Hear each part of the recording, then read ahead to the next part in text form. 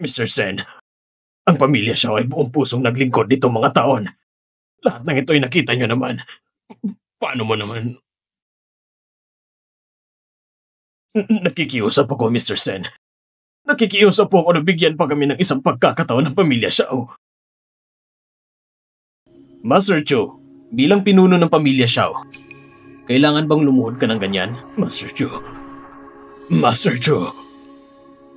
Ayon sa sinabi ng panganay ng pamilya Xiao, hindi man natin banggitin na ngayong gabi sila'y aakyat na sa rurok ng tagumpay. Pero sa usaping pundasyon ng pamilya, matagal na silang matatag ng 50 taon at nanatiling matibay. May basbas pa ng tigre ng South Province na personal na kumakalinga sa kanila. Ang ganitong pamilya Xiao, bakit kailangan mamamalimos ng daan para mabuhay? Ang suway na bata na yan, paano nagawa niyang sabihin ang ganong klaseng salita? Dalhin siya dito agad upang humingi ng tawad! Oh, lumuhod ka! Master Chu, pagsunod at parusahan ayon sa iyong kagustuhan, ang pamilya Xiao ay susunod ng walang alinlangan. Kanina lang, gusto niyang baliin ang mga binti ko para lang makita kung gaano katigas ang mga buto ko. Pagkatapos nun, ginamit niya ang mga salita niya upang hikayatin ang lahat na putulin ng aking landas. Sa paningin ng inyong panganay na anak, ako isang basura lang sa pamilyang Shen. Walang narating, walang respeto sa antas o dangal, isang kahihiyan sa buong South Province at dapat lang patayin. Pero ngayon, ikaw naman ang nagsasabing ako ang magpaparusa? Hindi yata ako karapat-dapat para dyan. Tanong ko lang sa pinuno ng pamilya Xiao, kung ikaw nasa posisyon ko, anong gagawin mo? Ang pamilya Xiao, napakalaki pala ng yabang ninyo! Ako, hindi ko na kayang iligtas ang pamilya Xiao. Dahil sa iyo, Suwail, ikaw nagtulak sa pamilya Xiao sa bangin! Pinapahamak mo ang pamilya Xiao nang walang pag-asa! Hindi ko talaga alam.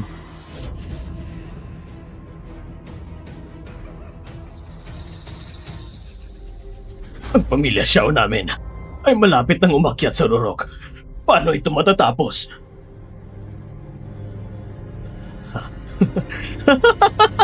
Hindi ito posible. Kayong mga manluloko! Kayong mga manluloko!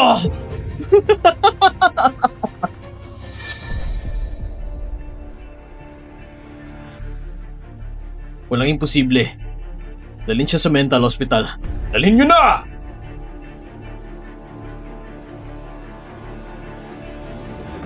Ito, ang inyong pinili. Ang sabi ko, ang pamilya Shen ay nakamit ng tagumpay dahil sa akin. Ang sabi ko, ang Jiangheng ay papasok sa Haicheng ayon sa aking utos. Ako ay matuwid sa pagpasok sa bulwagan ng pagtitipon. Hindi sila karapat-dapat na putulin ang mga paa ko. Ang mataas na pwesto na ito ay inilaan para sa akin. Ngayon, nakita mo na ba?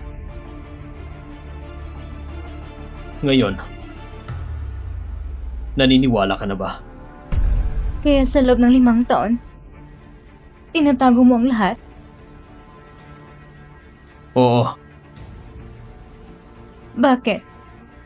Bakit hindi mo sinabi agad sa akin?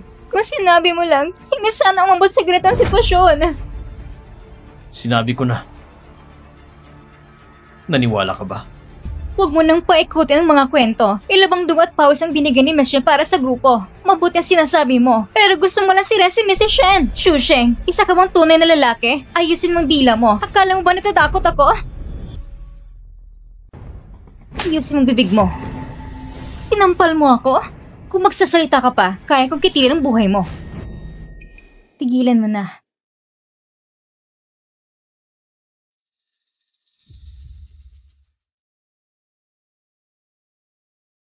Ako, hindi ko alam kung bakit mo itinago ito sa akin. Pero sa loob ng 5 taon, ibinuhos ko lahat ng aking pagsisikap. Ginamit ko lahat ng lakas ko para makamit ng ganitong kalakas na Shen. Hindi mo pwedeng sabihin ang lahat ng aking ginawa, biglang magbura lang. Miss Shen, medyo sobra kang nagpapahalaga sa sarili mo. Mr. Sen, ako... Kung hindi dahil sa lihim na tulong ni Master Chu, ano bang pamilya Shen sa Haicheng? Karapat dapat ba sila makamit ang mataas na posisyon ngayon?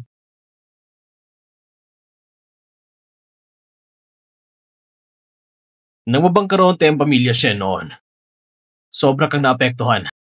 Natakot ako baka maging pabigat ang pagkatao ko sa iyo, kaya pinili kong maging isang ordinaryong tao lang na palaging nasa tabi mo.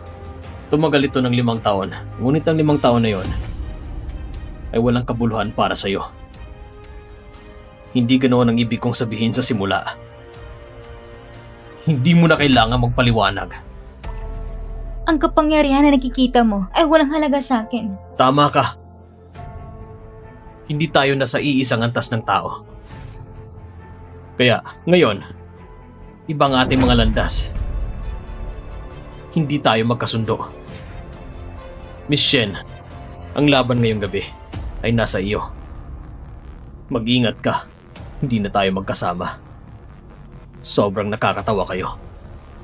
Pagkatapos nito, alagaan mong sarili mo.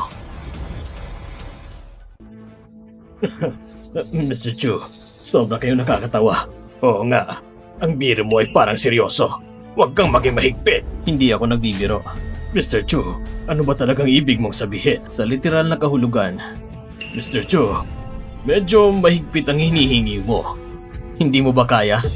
Mr. Chu, ang ibig naming sabihin, anumang kompensasyon ang ipinanukala mo, susubukan naming matupad hanggat maaari. Mga mamahaling sasakyan at bahay, pati mga bihirang hiyas, kahit mga ari-arian ng kumpanya, ibibigay namin sa iyo. Pero ang pagputol ng sariling daan, nung kayong pumutol sa akin noon, mas mabilis ang iyong pasya. Sabi mo nga, mga pagkakamali lang yon, Mr. Chu. Ngayong gabi, ang mga makapangyarihan sa South Province ay nagtipon dito. Pinahamak mo sila. Parang pinatalsik mo mga pamilyang kilala sa Timog. May mali ba dyan? Ngunit dapat maiintindihan mo. Kung ipipilit mong tapusin ito, magdudulot lang ito na mas maraming problema. Pegteng! Mr. Sen, ikaw ang bantay ng Timog Probinsya. Ang Timog Probinsya ay dapat gumagalang sa iyo bilang pinuno. Pero siya naman, ngayong gabi, ang ginawa niya sa Timog Probinsya, hindi siya namin papalampasin. Alam mo ba kung sino ang kausap mo? Mr. Sen, may hangganan ng lahat ng bagay. Ngayong gabi, tunay na may mga bagay kaming hindi maayos na maayos. Pero handa kaming magpakumbaba at magbigay ng kompensasyon at humingi ng paumanhin. Ngunit siya ay nais na tanggalin ang lahat ng maharlikang pamilya. Ito ay hindi maaaring mangyari. Lahat ng narito ay mga kilalang tao sa loob ng maraming taon sa Timog Probinsya na may malalim na ugat at malawak na impluwensya. At siya, anong karapatan niya na siraan kami? Sa isang salita lamang, ang pamilya Lin namin ay isa rin nangungunang pamilya sa Timog Probinsya. Sa isang magaan mong salita, nais mong putulin namin ang aming sariling landas? Oo, Mr. Sen, hindi ito maliit na bagay. Kung ito ay biro lang, ayos lang yon. Pero kung seryoso siya, ang pamilya Su namin ay hindi rin tatanggapin yon. Naglalakas loob ba kayo? Sobrang sinasabi mo, Mr. Sen. Kami nagtatanggol lang sa aming mga sarili. Ang paghingi ng paumanhin at kompensasyon, ngunit ang hilingin na putulin ng aming sariling landas? Nagtatanong ako sa lahat ng narito. Sino ba ang maaaring pumayag? Hindi rin pumapayag ang pamilya Sun. Pati kami sa pamilya Lee at sarili naming pamilya. Hindi kami papayag! Hindi kami papayag! Hindi kami papayag! Hindi kami papayag! Dapat kang igalang, Mr. Sen. Talagang kahanga-hanga. Ako ay hindi kasing galing mo. Ngunit dapat mong maintindihan ang isang katotohanan. Alam kung kailan aatras at marunong magpakumbaba. Ngayong gabi, kung ang lahat ng makapangyarihan ay nagsama-sama para labanan ka, ikaw, hindi mo ito mapipigilan! Sigurado ka ba dyan? Ako si Feng Ting, 53 taon nang namamayani sa Timog Lalawigan. Sariling mga kamay ang nagdala sa pamilya Feng sa tuktok ng mga pamilyang kilala sa Timog Lalawigan. May kumpiyansa ako at kakayahan bilang sandigan. At ikaw, bukod sa takot si Mr. Sen sa iyo, ano pang natitira sa iyo? Kung talagang meron kang kakayahang magpakita ng lakas, bakit hindi mo ipakita ngayon? Sige, kung ganon, susunod ako sa nais mo. Lucine. Opo. Sa loob ng 3 minuto, hayaan mong malugi ang pamilyang Feng. Ang pamilya Feng, kahit na hindi kasing taas ng dati, ang mga naipon at pundasyon at ari-arian ay hindi basta-basta sa 3 minuto lamang mabubura mo na. Kahit si Mr. Sen, ay maring hindi kaya itong gawin. Tama na, Feng Ting! Kung gustong pabagsakin ni Mr. Chu ang pamilyang Feng, 3 minuto ay sapat na. Dati, pinutol mo ang sariling daan. May pag-asa ang pamilya Feng. Ngunit ngayon, wala nang pag-asa ang pamilya mo! Mr. Sen, hindi mo siya kailangang ipagtanggol ng ganito. Bukod pa dyan, hindi lang pamilya Feng ang naririto. Ang pamilya Lin ng Timog Lalawigan ay handang makipagsama sa pamilyang Feng sa anumang pagsubok. Ang pamilyang Su ng Timog Lalawigan ay handang makipagsama rin sa pamilyang Feng sa pagsubok. Mabuti, kung ang 3 malaking pamilya ay handang magtaguyod sa hirap, alisin natin ito ng sabay-sabay. Apa. Mukhang gustong tapusin na ito ngayon. Tama na! Paulit-ulit yun ang binastos si Master Chu. Security! Dakpin niyo silang 3! Mr. Sen, talaga bang ipagtatanggol mo siya at gagawin mong kaaway ang lahat ng pamilya sa Timog Lalawigan? Ang mga pamilya sa Timog Lalawigan ay hindi karapat-dapat na itulad kay Master Chu. Kami pa rin ang mga nasa mataas na posisyon sa Timog Lalawigan. Maliban na lang kung may pinakamataas siyang puwersa na kayang wasakin ang lahat ng ito.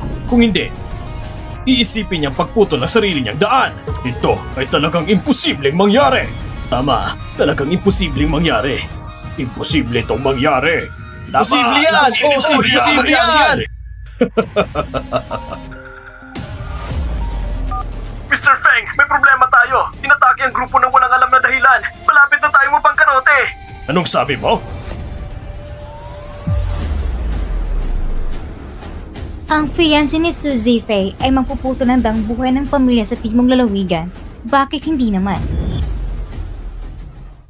Siya ang fiancé ni Su Zifei. Malapit ang pumasok sa pamilya Su sa Upper Capital. Sapat na bang kwalipikasyong ito? Ang una at ang pinakamalaking pamilya sa Daxia. Sinasabing ang bawat anak ng Upper Capital Su family ay may sariling mga sanga at ang bawat sanga ay kayang ipagtanggol ang kanilang sarili. Naging isang nangungunang pamilya ang Upper Capital Su family ay isang napakalaking pamilya na binubuo ng mga manugang at angkan sa Daxia.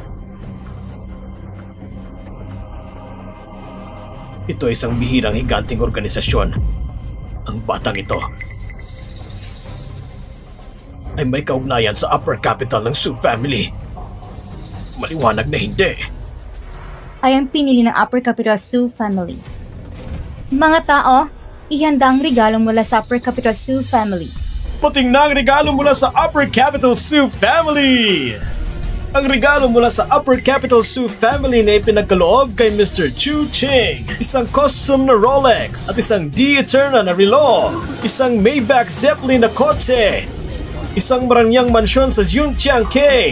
Isang Su branded na 10 billion black card. Sa unang pagkikita, maliit lang itong mga regalo. Sana tanggapin mo ito, Mr. Chu. Please. Ikaw ay... Ako ang Su Zifei mula sa pamilya Su sa Upper Capital. Ikaw ang lehitimong aking fiancé. Ang Wang family sa South Province ay handang sirain ang sariling daan. Hinihiling po namin kayo, Mr. Chu, na maging maawain. Pagbigyan ng mga kabataan ng Wang family. Handa rin namin sirain ang aming sariling daan. Nabigyan ng kabataan ng Sun family ng pagkakataong mabuhay. Ang mga Li at Z family sa South Province ay handa rin namin sirain ang aming mga sariling landas. Nabigyan ng mga kabataan ng kanilang mga pamilya ng pagkakataong mabuhay. Ipagkakatiwala ko sa iyo ang paglilinis ng mga pamilyang ito. Huwag kang mag-alala, Master Chu. Su Zifei. Miss Su,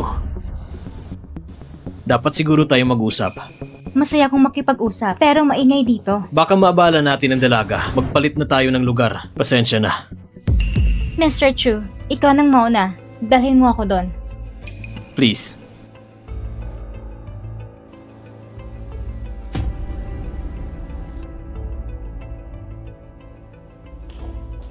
Huminto kayo!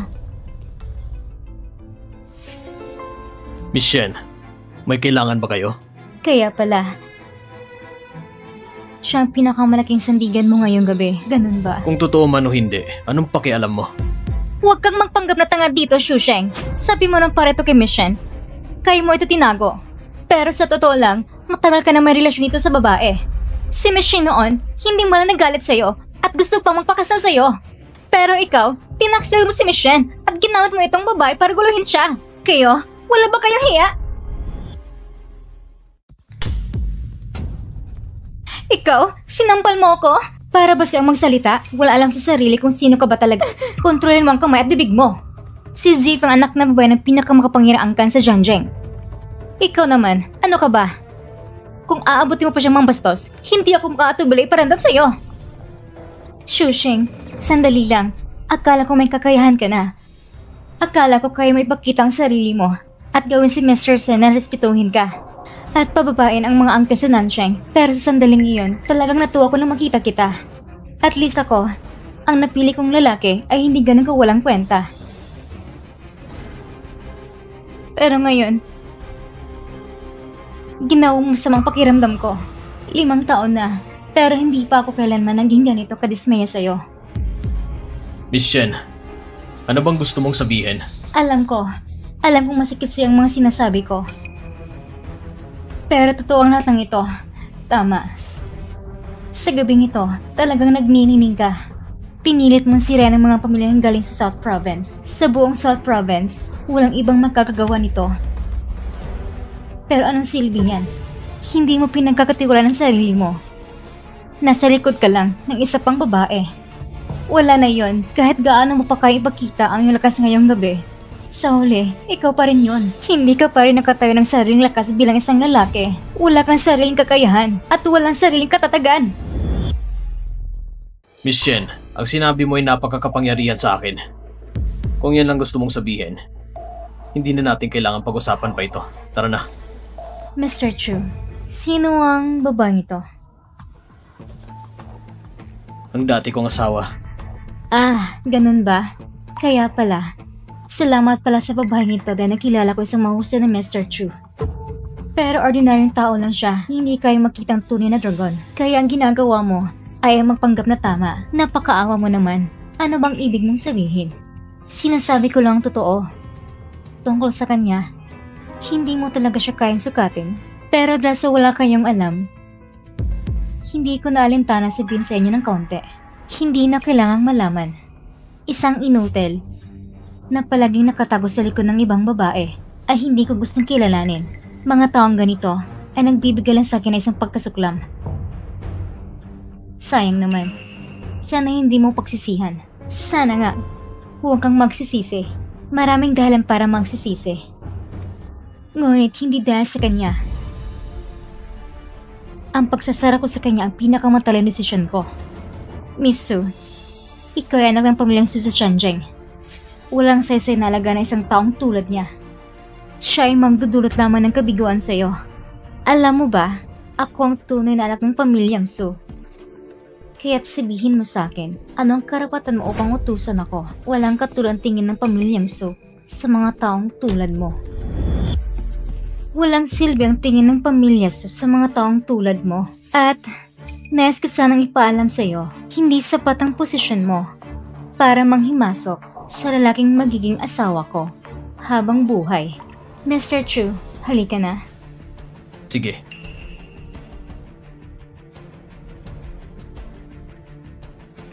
Makitid ang iyong paningin, lubang hangal.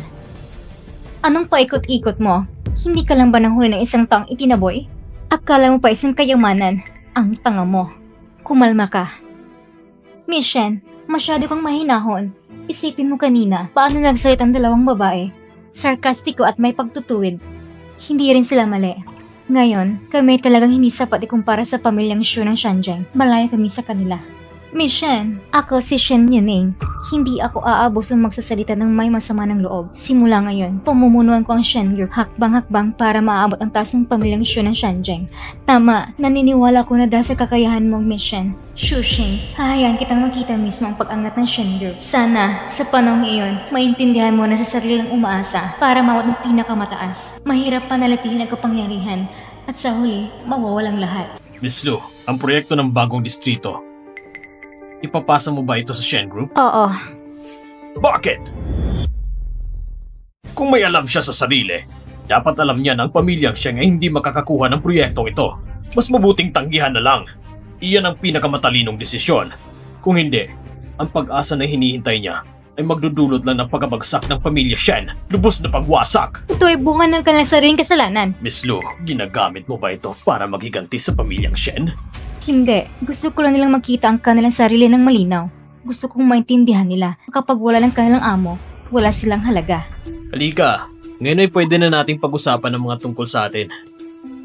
Bakit hindi ko pa naririnig na may isa akong hindi nakikilalang nobya mula sa pamilyang Shu ng Xiangjing? Hindi ba sinabi ni Uncle Shu sa'yo tungkol sa akin? Uncle Shu? Siya yung aking ama. Oo, 13 taon na nakalipas. Si Uncle Shu at si Lolo ay pinuno ng pamilyang Ken at nagkasundo sila sa kasal natin. Ito ang alaala mula kay Uncle Shu para sa aming pamilya Shu. Totoo nga sa kanya ito. Pero, bakit ang kasal nito ang siya pang napagkasunduan ng ama ko at ng lolo mo? Ikaw ang panganay na babae ng pamilyang Shu. Dapat ay ang pamilya Shu ng Xiangjing mismo ang mag-aasikaso ng kasal mo. Sa panahong ito, mataas ang posisyon ng pamilyang Shu ng Xiangjing. Gusto kong marinig ng buo. Mahaba ang kwento nito. Lumaki ako sa bahay ng aking lolo. Hanggang 3 taon na nakalipas, dinala ko pabalik ng pamilyang Shu ng Ganun Xiangjing. pa lang nangyari. Para sa mga detalye, pwede kong... Baka mas mabuting mag-usap na lang tayo sa ibang araw. Madilim ng gabi ngayon. Baka pwedeng bukas ng gabi. Ayos lang sa akin. Lahat ay para kay Mr. Chu. Sige, bukas ng gabi na lang. Ikaw ang pumili ng lugar. Itong VIP card ng pamilyang Shu ng Xiangjing. Sa buong Dacia, nag-iisa lang ang VIP card na ito. Ang card na ito ay nagbibigay ng pinakamalawak na kapangyarihan sa lahat ng yaman ng aming pamilya Shu. Pati ang pinakamataas na antas ng aming mga negosyo. Yun ay Shenting. Isa rin yan sa mga negosyo ng pamilyang Shu. Kung wala ka nang sasabihin, Mr. Chu, magkita na lang tayo doon bukas ng gabi. Ngayon, tanggapin mo na ito. Aasahan kita. Maaasahan mo ako, Mr. Chu. Kung ganon, aalis na ako. Mag-ingat ka.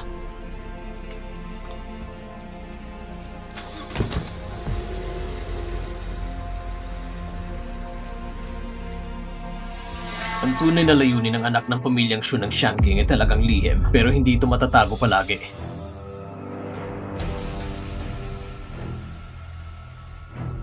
Ama, sana hindi mo ako isangkot sa problema.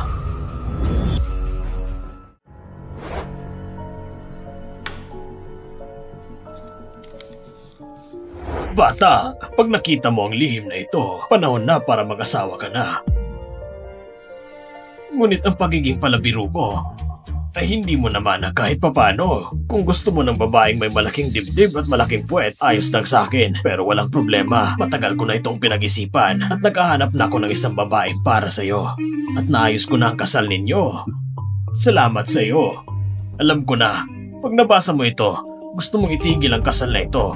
Pero kailangan kong sabihin sa'yo, hindi mo na ito matatanggihan.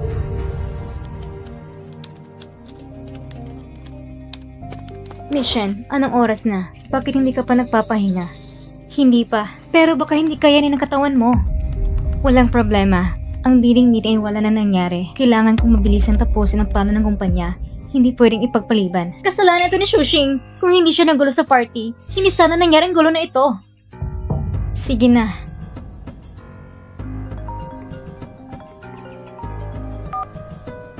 Hello, kumusta? Anong sabi mo? Nanalo ang Shen Group sa bidding? Mission, tawag ba ito mula sa Chanhaeng Group? Oo, yung proyekto sa bagong distrito. Sabi nila nanalo tayo. Talaga? Nanalo talaga ang grupo natin? Yung proyekto ba na nagkahalaga ng 20 billion? Oo, yun nga. So ang grupo natin ay maaabot ng pinuno ng probinsya dahil sa gulo ni Shushin sa party. Akala ko nga mawalan tayo ng karapatan na makipagbid sa proyekto. Pero sa huli, tayo pa rin ang nanalo. Hindi mahalaga kung paano magulo si Shushing sa paningin ng Shanhaeng. Sa buong probinsya ng Nan, si Mr. Shin ang may kakayang humawak ng proyektong ito.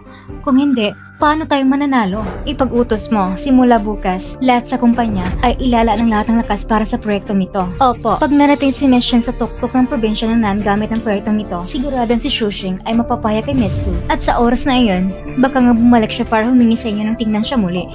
Pero kung ganoon, lalong mahihirapan akong tanggapin siya. Tanging sariling galing lang ang pinakamatyagang sandigan. Chuching, hindi mo mauunawaan itong katotohanan ito. Si Miss Su Zifei ay anak ng pamilya Su sa Xiangjing, ay mula sa pinakamayamang sangay ng pamilya Su. Siya nga po ni Xu Xinpeng na siya rin anak ni Mr. Su at nanging katong anak ng babae ng pamilya Qin mula sa Changzhou. Ang pamilya Qin ng Jiangsu? Oo. Pagkatapos na matay si Xu Xinpeng sa isang trahedya, ang sangay ng pamilya na siya ang pinuno ay mabilis nang bumagsak. Tinanggal siya mula sa pamilya Su at ang batang si Su Zifei at si Ken Shengwan ay itinuro na malas ng pamilyang Su. Malaki ang galit nila. Sobrang laki. 3 taon na nakalipas. Sa panahong iyon, matinding labanan para sa kapangyarihan sa pamilyang Su sa Xianzheng. Nagulong lahat at halos walang nanalo. Ngunit si Josephine sa pamilyang Ken ay naging tunay na tagapagmana ng pamilyang Su. Sa tingin ko, may balak ang pamilya Su na magkasundo sa pag-aasawa. Dahil sa labanan sa kapangyarihan, tanging sa pamamagitan ng pag-aasawa, maaari silang muling magkatatag ng mabilis. Ngunit mukhang si Miss Su ay hindi masyadong kontento sa kanyang pagiging asawa. Kaya pala lumapit siya sa akin. Hindi niya alam o yung katayon sa long haul. Iniisip ka lang ng isang ordinaryong tao. Mukhang iniisip niya na mas madali kang hawakan kaysa sa mga anak ng matataas ng pamilya sa Xianzheng. Hindi mo ba alam ang aking pagkatao?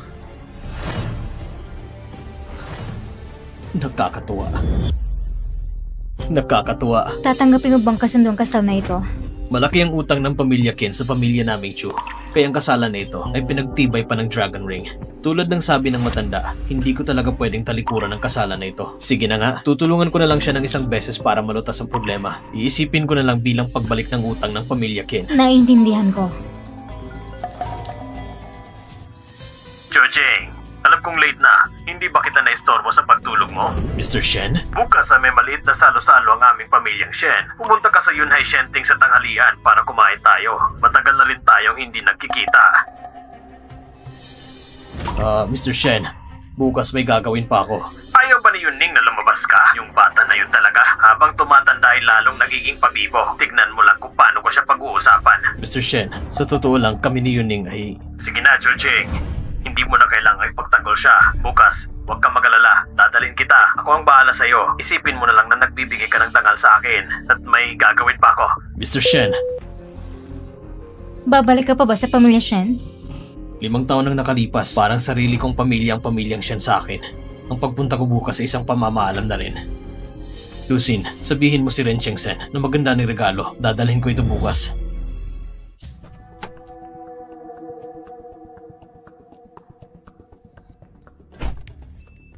Mr. Chu, dahil ito ay isang maliit na pagtitipon sa pamilya, hindi kailangan ng malaking handaan. Kaya ako'y naghanda para sa'yo ng isang bote ng matandang craft brew. Matandang craft brew? Tama. Ang boteng ito ng craft brew ay dinala mula sa hangganan 5 taon nang nakaraan at naibalik ng 100 taon. Isang pambihirang kayamanan. Napakamahal ang halaga nito. 5 taon nang nakalipas, galing ito sa hangganan. Napakamahalaga ng loob mo. Master Chu, ihahatid muna kita. Hindi na kailangan. Umuwi ka muna. Opo.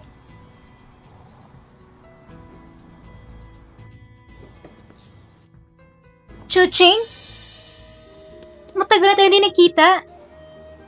Oo, matagal na talaga. Ngayon, ako na pinuno ng departamento sa Wanheng International. Hindi ko ito alam. Isa ito sa 4 na malaking pamilya sa Timog Lalawigan. Ang Lin family sa Timog Lalawigan. Oo. Ang pamilya Lin ba ng Timog Lalawigan? Narinig mo na bang pamilya Lin? Nakita ko ng punong abala nila dati. Nakita mo?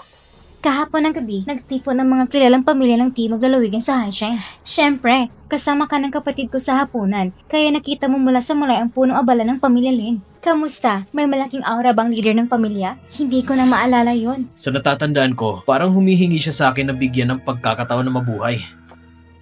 Parang wala namang dating ang aura. Ang pamilya Lin ay isa sa pinaka-prestigyosong pamilya. Kahit ang pamilya siya namin, kahit na sikat, hindi pa namin sila maaabot. Kung titingnan ang buong pamilya Shen, si ate lang ang kaya nilang katunggali, tanging ang ate ko lang ang kayong kipag-usap sa kanya. Narinig ko na hindi daw magandang relasyon niyo ng ate ko ngayon. Totoo ba? Sa totoo lang. Ay, huwag mo na siyang ipagtanggol. Alam ko na, nabasura ang pamilya Shen dahil sa maling desisyon niya. Kaya nawalan lahat ng isang gabi lang. Simula noon, naging malamig at malayo siya. Iniwan mo ang trabaho mo at inalagaan mo siya ng buong puso. Pero sinisisi ka niya ng walang ambisyon. Hindi nagtatrabaho ng seryoso. Hay, sana makahanap ako na isang katulad mo. Boyfriend na mag-aalaga sa akin ng buong puso. Hindi ko ito makita. Ganito na lang, makipag-divorce ka sa ate ko at maging asawa ko. Ano? Zhang Mingyuan, anong ginagawa mo? Nagbibiro lang, pero gusto kong ipaalala sa'yo. Mr. Chu, sa kahit anong okasyon, isuot mo ang tamang damit para hindi ka mapahiya. Pasensya na. Hindi ka pa nakakahanap ng trabaho, di ba? Kaya kung ganyan ang suot mo, naiintindihan ko na. Pasensya na kung bastos ako. Dahil kaibigan mo si Ziyue, bibigyan kita ng pagkakataon. Kung hindi ka talaga makahanap ng trabaho, puntaan mo ako sa Tengyuan Group. Sa katayuan ko, madali lang ako makahanap ng trabaho para sa'yo, kahit pa cleaning job lang. Zhang Mingyuan. Walang problema, pwede akong maging janitor sa Tengyuan. Pero kailangan mong tanungin si Su Shenghui kung meron siyang tapang. Kung makapagsalita ka kay Mr. Su. Siya ang chairman ng Tengyuan Group, isa sa 3 pinakamalaking pamilya sa Southern Province. Walang problema. Pero ayos lang. Ang masasabi ko sa'yo, ngayon, pag nandito si Su Shenghui, karapat dapat siyang lumuhod sa harapan ko. Ganito kakatapang magsalita. Alam mo ba kung anong mangyayari kung makakarating kay Mr. Su ang sinabi mo? Anong parusa ba yan? Baka naman gusto niyang putulin ulit ang buhay ko. Karapat dapat ka ba? Isang salita lang ni Mr. Su. Pwede ka nang mamatay. Payo ko sa'yo, magkaroon ka ng kaunting pag-iingat. Si Su Shenghui ngayon, hindi niya kayang alagaan ang sarili niya.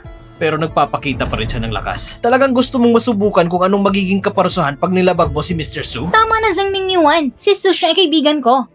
Kailangan mo mag-aaway pa kayo? Ziyue, siyang nangunang nabastos kay Mr. Su.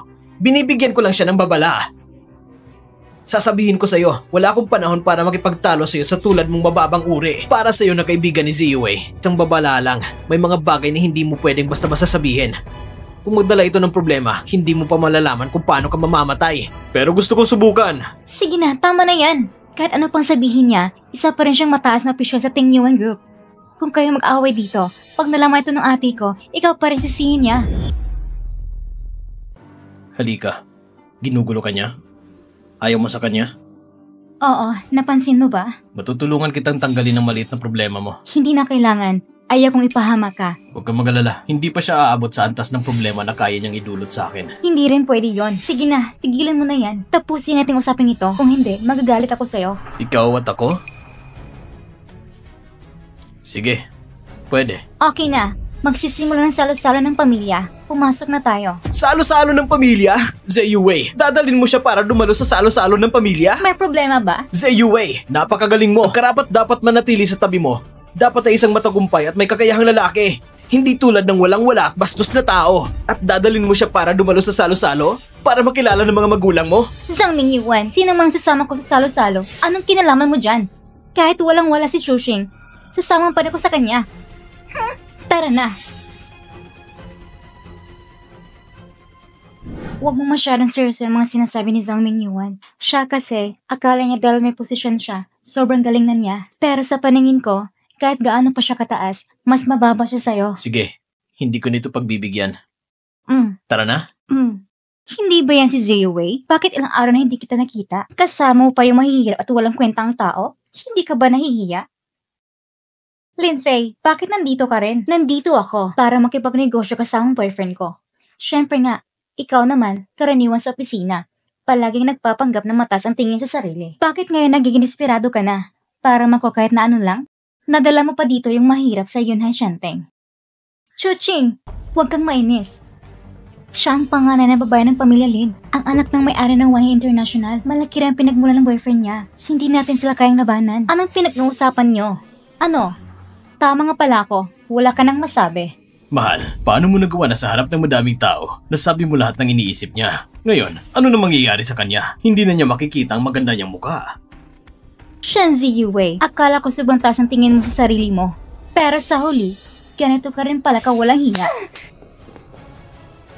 Anak ka ni Lin Zhenyu, hindi ba? Mag-ingat ka sa mga sinasabi mo. Pingi ka ba? Alam mo ba kung sino kami? Kinakausap mo ba kami? Saan mo na kong lakas ng loob? Hindi ba parang pinapahiya mong sarili mo? Sige na, Shushing. Hayaan na lang natin sila. Hindi natin sila kayang talunin. Kahit dumating ang ate ko, kailangan pa rin siya magpakumbaba. Huwag kang matakot. Nandito ako ngayon. Walang makakalapit sa atin. Sige. Kung kaya mo, ituturo ko sa iyo kung ano ang dapat mong parusa! Sadali lang. Sa tingin ko, ayos lang ito. Mga maliliit lang naman ito. Hindi na kailangan palakihin. Bigyan mo ako ng diskarte at bibigyan kita ng diskarte. Magandang usapan ito. Magandang usapan? Maganda. Si Miss Shen, kaibigan ko siya. Walang mali sa sinabi niya kanina, kaya bibigyan kita ng diskarte. At wag na siyang kapitan ng problema. Tungkol naman sa'yo, Pag humingi ka ng tawad ngayon at nakiusap na iligtas kita, baka maghanap ako ng paraan para ayusin ito. Ano, karapat-dapat ka ba? Bakit?